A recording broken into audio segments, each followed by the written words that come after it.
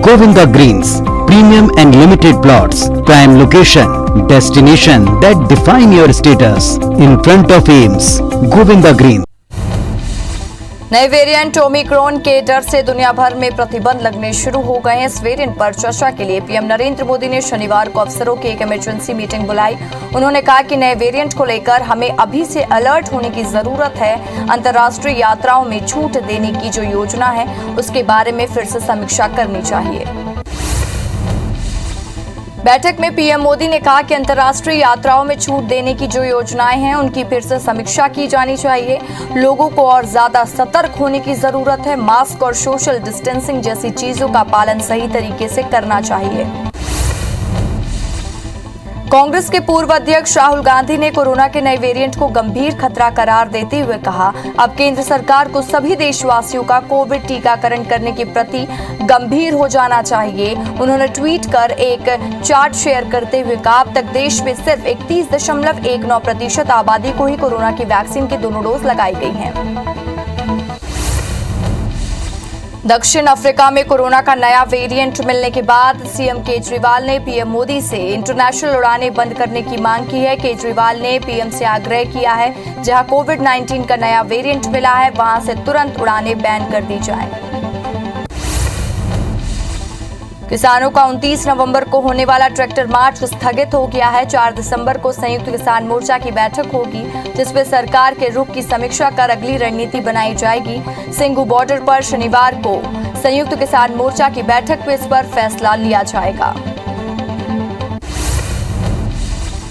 भारतीय किसान यूनियन के प्रवक्ता राकेश टिकैत ने कहा कि केंद्र सरकार एमएसपी के मुद्दे पर किसानों से सीधे बात करे। सरकार हमसे बातचीत नहीं करना चाहती है। उन्होंने कहा कि एमएसपी पर सबकी निगाहें हैं। लीगल कानून बना के दें या फिर कमेटी का गठन कर दें।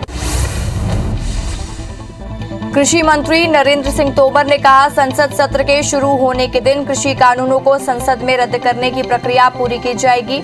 बिल पारित हो जाने के बाद मैं समझाता हूं कि अब आंदोलन का कोई औचित्य नहीं रहा। आरजेडी के राष्ट्रीय अध्यक्ष लालू प्रसाद यादव की शुक्रवार को तबीयत अचानक बिगड़ गई, जिसके बाद उन्हें दिल्ली के एम्स में भर्ती कराया गया। जानकारी के मुताबिक बुखार और कमजोरी की शिकायत के बाद रजत नेता लालू यादव को हॉस्पिटल में भर्ती कराया गया। लालू यादव की तबीयत बिगड़ने के बाद राबड़ी देवी दिल्ली रवाना हो गई। राबड़ी देवी ने कहा कि लालू यादव की तबीयत खराब है, वो फिलहाल आईसीयू में भर्ती हैं। डॉक्टर उनका इलाज कर रहे हैं। रक्षा मंत्री राजनाथ सिंह लखनऊ के जौनपुर में हुए एक कार्यक्रम में शामिल हुए। इस दौरान उन्होंने चीन पाकिस्तान को चेतावनी देते हुए कहा, हम किसी को छोड़ेंगे नहीं, लेकिन किसी ने हमें छेड़ा तो छोड़ेंगे भी नहीं। और किसी देश की 1 इंच जमीन पर कब्जा नहीं किया है। हमारी जमीन कब्जा करने की कोशिश करेगा तो उसे बख्शा नहीं जाएगा। जम्मू कश्मीर में अब ड्रोन के जरिए सीमा पर निगरानी के साथ ही पहाड़ी क्षेत्रों में कोरोना वैक्सीन, मेडिसिन और अन्य जरूरी चीजों के लिए भेजी जा सकेंगी। मल्टीकॉप्टर यूएवी ड्रोन का जम्मू में Indian institute of integrated medicine के मड ब्लॉक तक ट्रायल किया गया। केंद्रीय मंत्री अनुराग ठाकुर ने यूपी के बागपत में आयोजित दंगल प्रतियोगिता में बतौर मुख्य अतिथि हिस्सा लिए और इस मौके पर अनुराग ठाकुर ने अखिलेश यादव पर जमकर हमला बोला।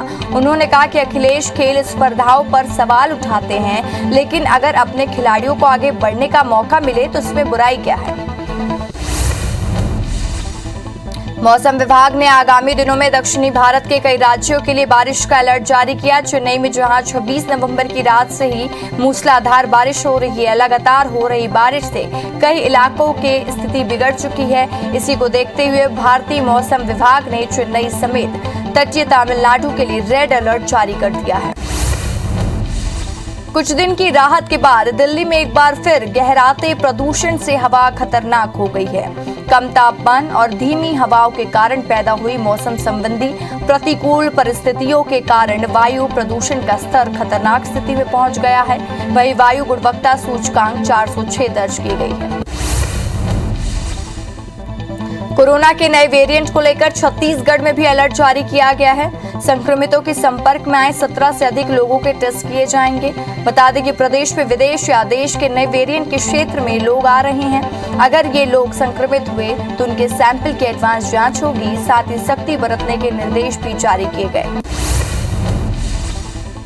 कवर्धा मामले की सीबीआई जांच की मांग करते हुए दायर याचिका बिलासपुर हाई कोर्ट ने खारिज कर दी है। कोर्ट ने कहा कि याचिकाकर्ता इसके लिए एसपी को प्रतिवेदन दे सकते हैं। कवर्धा में अक्टूबर में दो समुदायों के बीच में ध्वज लगाए जाने को लेकर बड़ा विवाद हो गया था। छत्तीसगढ़ में बिजली बिल कनेक्शन अनियमितता की खबरें सामने आ रही हैं। इसे लेकर छत्तीसगढ़ की बिजली कंपनी ने नया तरीका निकाला है। बिजली कंपनी में मीटर रीडिंग और बिलिंग का काम सैप ERP सॉफ्टवेयर के जरिए किया जा रहा है। इससे रीडिंग और बिलिंग की जानकारी रियल टाइम में सर्वर में दर्ज हो रही है। जबलपुर के बरगी थाना क्षेत्र में एक लोडिंग ऑटो के चलते चलते आग लग गई और ऑटो चला रहे ड्राइवर ने किसी प्रकार कूदकर अपनी जान बचाई। वहीं मौके पर पहुंची फायर ब्रिगेड की टीम आग पर काबू पाई, लेकिन तब तक ऑटो पूरी तरह से जलकर राख हो चुकी थी।